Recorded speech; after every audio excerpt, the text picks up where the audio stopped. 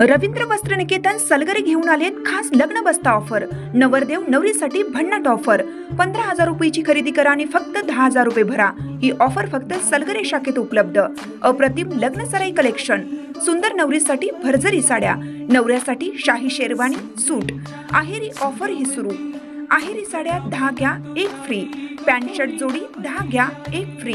Offer फक्त 31 मे 2025 पर्यंत। रवींद्र वस्त्र निकेतन सलगरे, तालुका मिरज।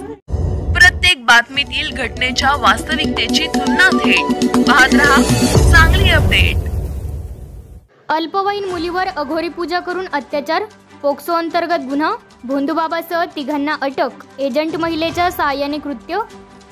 नोकरी देऊन एका अल्पवयीन मुलीवर जादूटोणा व मंत्रोच्चार करून अत्याचार केल्याप्रकरणी सांगरूळ तालुका करवीर येथील भोंदूबाबा राजू उर्फ राजाराम भिकाजी तावडे वय वर्ष 48 याच्यासह तिघांना अटक करण्यात आली आहे।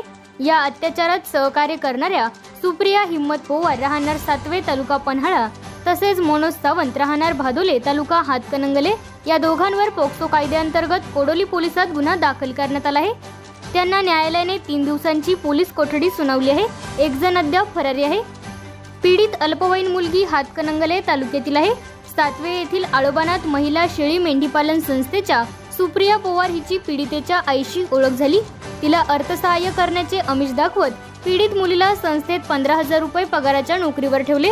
मुलगी कामावर रुजू झाल्यानंतर सुप्रिया पोवारने भोंदूबाबा राजू तावडे याला बोलावून घेतले। पीडित मुलीची तावडेशी भेट घालून दिली।